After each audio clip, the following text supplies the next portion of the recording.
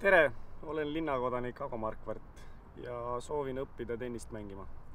Tervist, mina olen Allar Levandi ja mul on rõõm õppida mängima tennist Reti käe all. Tere, mina olen siis Rett Reimal ja mina olen tenniseklubi DC Avantage treener ja mul on suur hea meel täna näidata teile võrgumängu.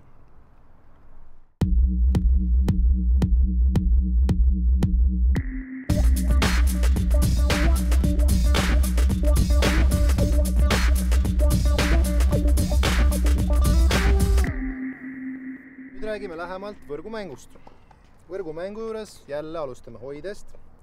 Hoie on täpselt sama, nagu oli servil. Parem käsi all, paremakäelisel mängijal vasak käsi toetab ülevalt. Jalad on õlgade laiuselt või natukene rohkem.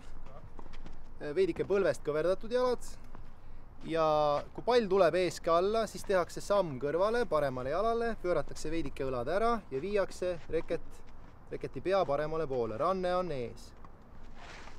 Ja vasak käsi on siin kõrval. Ja nüüd keha raskus paremalt jalalt, liigub ette vasakule jalale ja käsi ei liigu, ranne on ees, mängitakse keha ja jalgadega.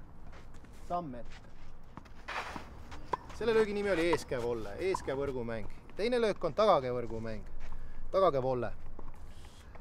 Tagakäevollel on sama hoie, jalad on jälle samas asendis, teine käsi toetab, pööratakse jällegi õlad ära, astutakse välja, aste on vasakule jalale, pööratakse õlad natukene ära, ranne ees, keha raskus vasakul jalal ja vasak käsi toetab külje peal.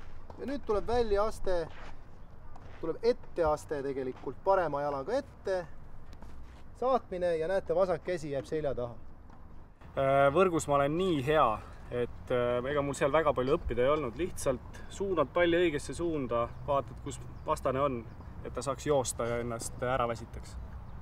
Ago on hea, et ega ma ei viitsi ka eriti trenni teha võrgumängu jaoks. Ma lihtsalt panen sinna vastu ja katsun silmad lahti hoida, et palli ei kardaks.